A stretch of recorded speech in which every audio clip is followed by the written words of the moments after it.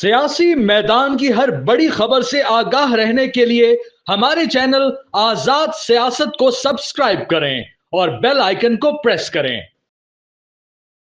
السلام علیکم، امید ہے آپ لوگ خیریت سے ہوں گے۔ پرسوں 2 دن پہلے جمعے والے دن دوپہر 2:30 بجے ایک بڑی اہم press conference D G I S P R general Ahmed Sharif صاحب کی طرف سے دیکھنے میں آئی اور بڑے انہماک سے میں نے وہ پوری پریس کانفرنس سنی۔ ایک ایک پوائنٹ قابل غور تھا اور بڑی مفصل ترین پریس کانفرنس تھی۔ بڑی جامع طریقے سے انہوں نے اس پورے سبجیکٹ کو کور کیا۔ اس کے بعد ایک سوال و جواب کا سلسلہ شروع ہوا۔ میں اس پریس کانفرنس پہ بات نہیں کرنا چاہتا ہوں کہ انہوں نے کیا بولا، انہوں نے صحافیوں نے کیا سوال کیے، انہوں نے کیا جواب دیا، اور نہ میں کسی کی اس وقت کوئی دلجوئی کرنا چاہتا ہوں اس بارے میں، اور نہ ہی کسی کی میں ہرزہ سرائی کرنا چاہتا ہوں۔ میں اسٹریٹ اپ سبجیکٹ پہ بات کرنا چاہتا ہوں۔ میں نے اس کے بعد 2 دن، جمعہ، ہفتے کی رات، آج سنڈے ہو گئی، میں نے صرف اس کے اوپر سوشل میڈیا ریئیکشن آبزرو کیا، پاکستان کا، انڈیا کا، اور کچھ 1-2 اور بظاہر دوست ممالک کا۔ میں جاننا چاہتا تھا کہ اس پریس کانفرنس سے ہمارے جو لوگ ہیں ان کا کیا اس کے اوپر رائے ہے۔ میں جاننا چاہتا تھا جو ہمارا ازلی دشمن مشرق کی طرف بیٹھا ہے اس کے اس پریس کانفرنس کے اوپر کیا رائے ہے، اور کچھ اور سو کالڈ فرینڈز ان ملکوں کے لوگوں کی یا ماہرین کی یا تجزیہ نگار کی اور دفاعی ماہرین کی اس کے اوپر کیا رائے ہے۔ میں صرف اس کے اوپر ایک مائکرو سرجری کرنا چاہتا ہوں اور آپ کے گوش گزار میں کرنا چاہوں گا۔ سب سے پہلے آ جاتے ہیں اپنے ملک میں کیا ریئیکشن ہے۔ میں ایکسپیکٹ کر رہا تھا کہ ایک محسوس پارٹی جس کی سو کالڈ ہم سمجھتے ہیں کہ کافی پاپولیرٹی ہے، شاید اس کی طرف سے ایک کافی بڑا ریئیکشن اس پریس کانفرنس کے اوپر دیکھنے میں آئے گا، کیونکہ ایسے وہ ٹچ پوائنٹس تھے جو جنرل صاحب نے اس میں ٹچ کیے، جس طرح 9 مئی کی سزائیں ہیں، یا دہشت گردی ہے، یا سوشل میڈیا کا فتنہ ہے، یا فتنہ الخوارج ہے۔ تو یہ سارے وہ ٹچ پوائنٹس تھے جس کا میں ایکسپیکٹ کر رہا تھا۔ But surprisingly I am very satisfied to see a very genuine observation of the people۔ کچھ لوگوں نے اس کو کرٹیسائز کیا ہے، اور میں اس میں یہ بھی کہوں گا کہ بڑا جائز کرٹیسائز کیا ہے۔ دیکھیں، معذرت کے ساتھ جنرل صاحب، بات یہ ہے کہ یہ ساری چیزیں آپ نے جو بولی ہیں وہ درست بولی ہیں۔ قوم کا کون سا بچہ ہے جو اس کے ساتھ ڈفر کر سکتا ہے؟ جس کی رگوں میں پاکستانی خون ہے وہ آپ کی بات سے اس وقت ڈفر نہیں کر رہا۔ لیکن بات آ جاتی ہے الٹیمیٹلی کہ اکانومی پہ، جس رفتار میں ہمیں اکانومی دیکھنے میں اس کا سٹیبلٹی نظر آ رہی ہے، اس کا ایفیکٹ ابھی عام آدمی کے اوپر نہیں آیا۔ ابھی عام آدمی کے اوپر جب تک اس اکانومی کی سٹیبلٹی کا ایفیکٹ نہیں آتا، ہم 2001 سے یہ دہشت گردی کی جنگ ہم پہ مسلط کر دی گئی ہے۔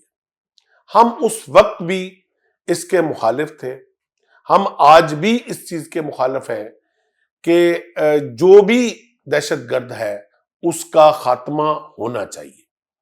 وہ نان کائنیٹک ہو یا وہ کائنیٹک ہو، اس کا ہر صورت خاتمہ ہونا چاہیے۔ اور بہت ساری حکومتیں ایسی بھی گزری ہیں جنہوں نے، مثلا پچھلی حکومت تھی جو پی ٹی آئی کی تھی، جن کا موقف یہ تھا کہ دہشت گردوں سے معاملات کو بات چیت سے حل کیا جائے۔ ہم نے وہ دور بھی دیکھا، بات چیت بھی ہوئی، لیکن دہشت گرد رہے۔ لیکن اب جہاں پہ آپ اتنی بڑی جنگ لڑ رہے ہیں دہشت گردی کی، وہاں پہ آپ کی دوسری ٹیم جو ہے، جس مقصد کے لیے جنگ لڑی جا رہی ہے، وہ مقصد بھی ہمیں اپنا نظر آنا چاہیے اور وہ رول آ جاتا ہے ہماری پولیٹیکل گورنمنٹ کا. آپ اپنا کام ٹھیک کر رہے ہیں مگر آپ کی پولیٹیکل گورنمنٹ جس کو آپ سیکورٹی پرووائڈ کر رہی ہیں to bring stability, economic stability in the country, ان کا بھی رول یہاں بڑھ جاتا ہے. اسٹاک ایکسچینج کے جو فگرز ہیں وہ ہمیں بڑا اچھا لگتا ہے سن کے اوپر جاتے ہوئے, لیکن اس کا ایفیکٹ عام آدمی کے اوپر بہت تیزی سے آنا چاہیے, جس میں سمجھتا ہوں کہ ہمارے جو اس وقت پولیٹیکل سیٹ اپ ہے ان کی ذمہ داری بڑھ جاتی ہے. اب میں آ جاتا ہوں دوسری بات پہ کہ ہمارے نیبر کنٹریز نے اس پریس کانفرنس کے اوپر کیا ری ایکشن دیا. میں اپنے تمام سننے والوں کو جو اس چینل کے ساتھ ہماری فیملی ہے, جو آزاد ڈیجیٹل کے ساتھ ہماری فیملی ہمارے ساتھ کنیکٹڈ ہے, میں ان کو یہ ایک دفعہ ضرور ریکویسٹ کروں گا کہ انڈین میڈیا کے اوپر جا کے ایک دفعہ اس پریس کانفرنس کا ری ایکشن دیکھیں.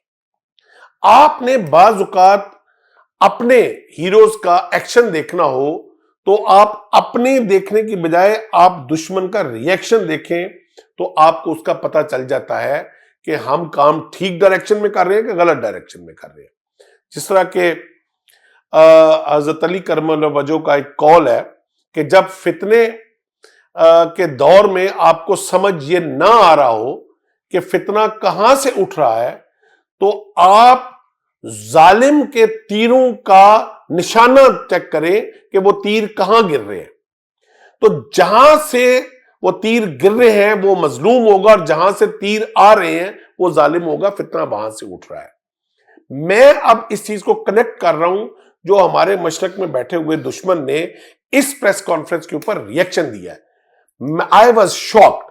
یعنی کہ ان کے ماہرین کا یہاں تک کہنا تھا کہ پاکستان میں, انڈیا میں لوگ پاکستان کے آئی ایس آئی کو سارے جانتے ہیں مگر آئی ایس پی آر جیسے محکمے کو لوگ نہیں جانتے, ویئر ایز کہ ہمارے نزدیک اس وقت پاکستان کی سٹیبلٹی کے لیے جو آئی ایس پی آر کام کر رہا ہے وہ آئی ایس آئی بھی نہیں کر سکا.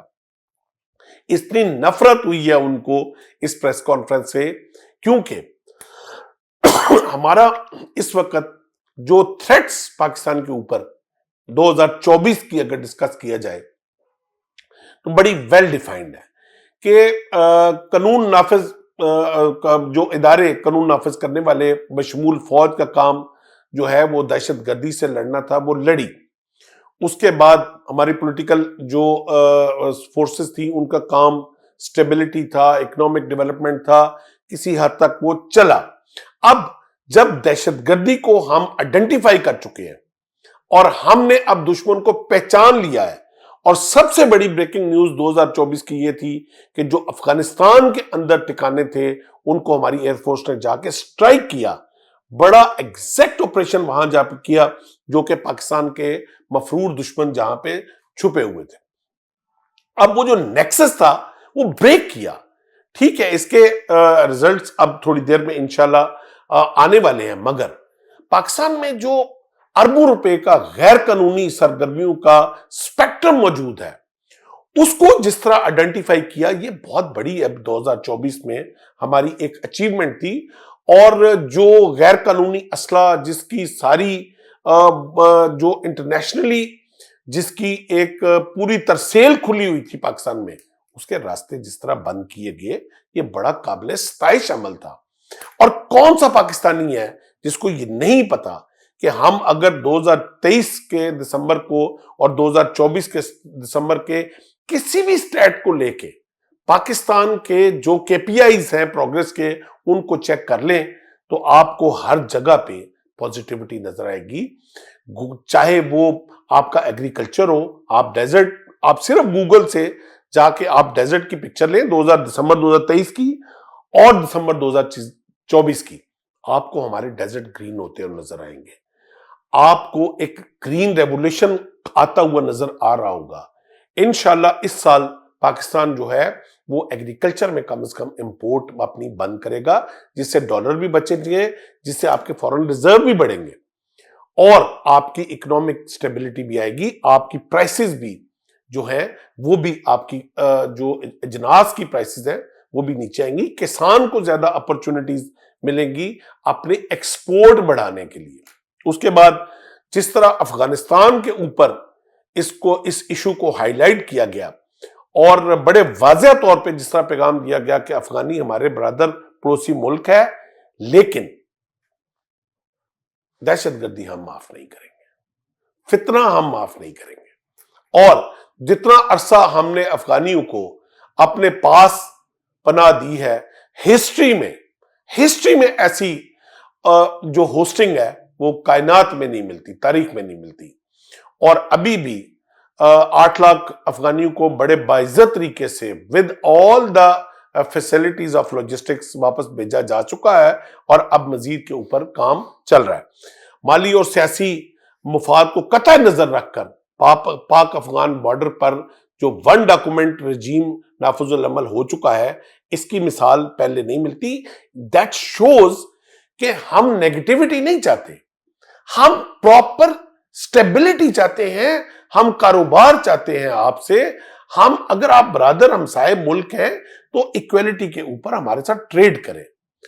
آپ دہشت گردی ہم پہ امپوز کر کے آپ ٹریڈ ایکسپیکٹ نہ کریں. اور یہ جو 1 ڈاکومنٹ رجیم اب آپ کے اوپر ہم نے اپنی بارڈر پہ لگایا ہے، یہ بہت بڑی فیسلٹی ہے to promote the business on Afghan border. اور یہ افغانیوں کو اس بات پہ بڑی خوشی کا اظہار ہونا چاہیے. 9 مئی کو اگر اب آپ بات کریں تو یہ ایشو یہ صرف پاکستان کا ایشو تھا، یہ صرف فوج کا ایشو نہیں تھا.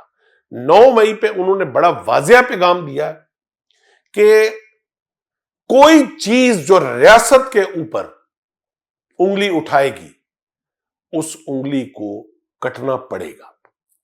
ریاست ہماری ماں ہے، چاہے ہم ایک گھر کے اندر رہ رہے ہو، سگے بہن بھائی ہو، لیکن اگر کوئی بہن بھائیوں سے بھی اٹھ کے ہماری ماں کے ساتھ بدتمیزی کرے گا تو باقی بہن بھائی اس کو معاف نہیں کریں گے. یہ رول ہوتا ہے ریاست کا. ریاست ہماری آئیڈینٹی ہے. آپ کوئی اپنی ریاست میں بڑے سے بڑا جرم بھی کر لینا تو یہ ماں کی طرح آپ کو سزا تو دے سکتی ہے لیکن آپ کو ڈیپورٹ نہیں کرے گی. جس طرح ماں اپنے گھر، آپ ابھی چند دن پہلے، چند مہینے پہلے انگلینڈ میں وہ لندن میں وہ فالس جو پوسٹ چڑھائی گئی اور مسلمان کے وہ رائٹس ہوئے، اس پہ آپ دیکھیں کس طرح ایسے سزائیں آئی ہیں، کس طرح انہوں نے لوگوں کو ڈیپورٹ کیا. کیوں کہ وہ ماں نہیں تھی ان کی ریاست کی، وہ مائگریٹیز تھے، وہ امیگرینٹس تھے. اور جب انہوں نے کوئی غلط کام کیا اٹھا کے انہوں نے باہر پھینکا، جس ملک کے تھے ان میں واپس پھینکا. یہ وہ ریاست ہے کہ آپ اگر بڑے سے بڑا جرم بھی کر لیں گے آپ کو ڈیپورٹ نہیں کرے گی ریاست، آپ کو سزا دے گی. اب اگر ریاست سزا بھی نہ دے تو کیا آپ دہشت گردی کریں، آپ ریاستی اداروں کے اوپر حملہ آور ہو تو ریاست کیا ایکسپیکٹ کرتے ہیں کہ پھولوں کے ہار آپ کے گلے میں ڈالے گی؟ نہیں بھائی، ایسا نہیں ہوگا. جسٹس ول بی ڈن، کیونکہ اب ہم ترقی کی راہ پہ چل چکے ہیں. اب ایسا کوئی عمل جو 9 مئی میں ہوا ہے، ایسا عمل اب ہمارے پاس دہرائے جانے کی کوئی گنجائش نہیں ہے. کیونکہ میں نے جو پہلے ذکر کیا کہ برطانیہ میں یہ اسی سال میں ابھی اس واضح طور پر انہوں نے بتا دیا ہے کہ جس سپیڈ سے انہوں نے مجرموں کو سزائیں دی. پھر امریکہ میں ابھی آپ کے سامنے مثال ہے کہ کیپٹل ہل حملے کے بعد سینکڑوں احتجاجی مظاہرین کو تیز ترین انصاف کے ذریعے سخت سزائیں دی گئی، اور کچھ کو تو اس میں اپیل کا بھی حق نہیں ہے. 2011 میں لندن فسادات کے دوران لگ بھگ 1200 افراد کو سزائیں سنائی جا چکی ہیں ابھی تک. اور جون 2023 میں فرانس میں ہونے والے فسادات میں تقریباً 700 افراد کو سزائیں سنائی جا چکی ہیں. فوج میں کوئی شخص ذاتی مفاد کے حصول کے لیے کام کرتا ہے یا ذاتی فائدے کے لیے محسوس ایجنڈے کو پروان چڑھاتا ہے تو فوج کا خود احتسابی کا نظام حرکت میں آ جاتا ہے، جو کہ ابھی لیفٹیننٹ جنرل فیض امید کی صورت میں آپ نے دیکھ لیا ہے. وہ ٹوٹل اپنا انڈیجنس سسٹم آف جسٹس ہے فوج کا، جس نے فیض امید کو لا کے کٹارے میں کھڑا کر دیا. اور یہ انتباہ ہے، یہ کوشن ہے تمام ان لوگوں کے لیے جو اپنے آپ کو اب ادارے کے اندر ایک اپنا ادارہ بنانے کی کوشش کرتے ہیں, جو ریاست کے اندر اپنے آپ کو ایک ریاست بنانے سمجھنا شروع ہو جاتے ہیں, ان کے لیے بہت بڑا کوشن ہے فیض حمید کا جو ابھی احتسابی عمل جو شروع ہوا ہے. نومبر سازش کے اوپر جب بڑی کلیئر کٹ بات کی گئی ہے کہ ایک سوچے سمجھے منصوبے کے تحت سیاسی دہشت گردی کا ایک حصہ ہے. اب سیاسی دہشت گردی یہ ٹرمینالوجی جو انٹروڈیوس کرائی گئی ہے اس پریس کانفرنس میں بڑا حیران ہوا ہوں اس تھنک ٹینک کے اوپر جس نے یہ ٹرمینالوجی انٹروڈیوس کی ہے کہ سیاست کی بات جب کی جائے, حق کی بات جب کی جائے, مطالبات جب پیش کیے جائیں, تو وہ جب تک وہ سیاسی ہوتے ہیں حکومت برداشت بھی کرتی ہے, ریاست برداشت بھی کرتی ہے, ریاست اس کے اوپر ایکشن بھی لیتی ہے. میں جمعے والے دن یہ پریس کانفرنس بھی ہوئی اور جمعے والے دن ہی میں بے نظیر بھٹو شہید صاحبہ کی برسی تھی اور میں بلاول صاحب کی تقریر اس دن میں نے سنی.